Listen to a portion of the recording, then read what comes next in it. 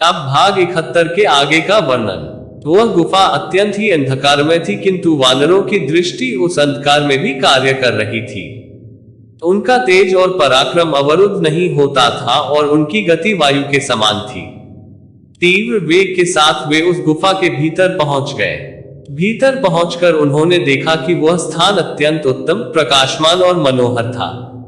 चारों ओर साल, ताल, तमाल, नागकेसर, अशोक, धब, चंपा, कनेर आदि के पुष्पयुक्त वृक्ष दृष्टिगत हो रहे थे। वे सभी वृक्ष सुवर्णमय थे, उनसे अग्नि के समान प्रभा निकल रही थी और उनके फल फूल भी सुनहरे रंग के थे।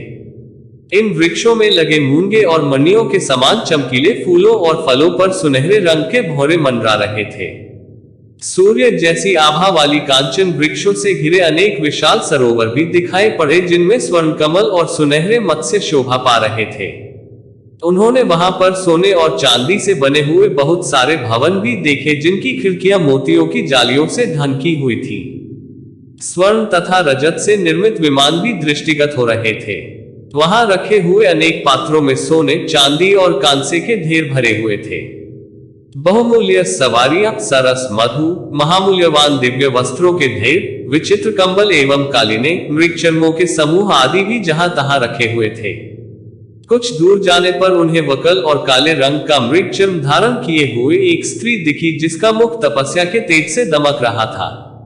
परम बुद्धिमान हनुमान जी ने उस तपस्विनी के पास जाकर हाथ जोड़कर कहा, देवी, आप कौन हैं? ये गुफा, ये भवन तथा ये रत्नादि किसके हैं? हे देवी, हम लोग भूख प्यास और थकावट से व्याकुल होकर जल मिलने की आशा से इस गुफा में चले आए हैं, किंतु यहाँ के अद्भुत पदार्थों को देखकर हमारी विवेक शक्ति लुप्तप्राय हो गई है। ये सब आपकी तपस्या के प्रभाव से हुआ है या ये कोई आसुरी माया है? तपस्विनी ने ये कहकर कि तुम सब पहले भोजन ग्रहण कर लो, उन सभी को शुद्ध भोजन, फल मूल आदि दिया। फिर भोजन से तृप्त हुए वानरों से तपस्विनी ने कहा, वानर श्रेष्ठ, इस दिव्य सुवर्ण उत्तम भवन को दानव शिरोमणियों के विश्वकर्मा मयासुर ने बनाया है। इस भवन में निवास करते हुए मयासुर का संपर्क हेमा नाम की अप्सरा से हो गया, जिससे क्रुद्ध होकर देवराज इंद्र ने अपने वज्र से मयासुर का वध कर डाला। अब ये स्थान हेमा के ही अधीन है।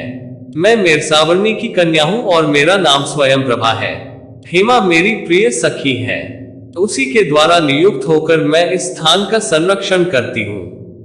अब तुम लोग बताओ कि तुम लोग किस प्रयोजन से घूम रहे हो?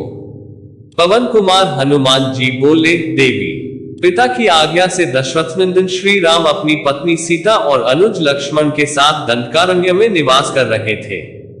जनस्थान में आकर रावण ने उनकी स्त्री का बलपूर्वक अपहरण कर लिया।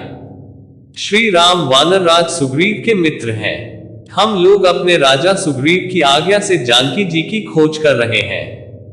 हमें इस गुफा से बाहर निकलने का कोई मार्ग नहीं दिख रहा है, अतः आप हमें यहाँ से बाहर निकालने की कृपा करें ताकि हम अपने कर्तव्य को पूर्ण कर सकें। तपस्विनी स्वयंप्रभा ने कहा, श्रेष्ठ वानरों, यद्यपि इस स्थान में आ जाने वाला जीवन भर यहाँ से बाहर नहीं निकल सकता, किंतु मैं अपने तप के प्रभाव से तुम सबको यहाँ से बाहर निकाल दूंगी। तुम सभी अपनी आंखें बंद कर लो।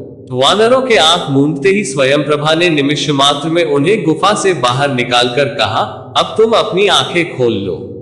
ये देखो, तुम्हारे समक्ष महासागर लहरा रहा है। तुम्हारा कल्याण हो।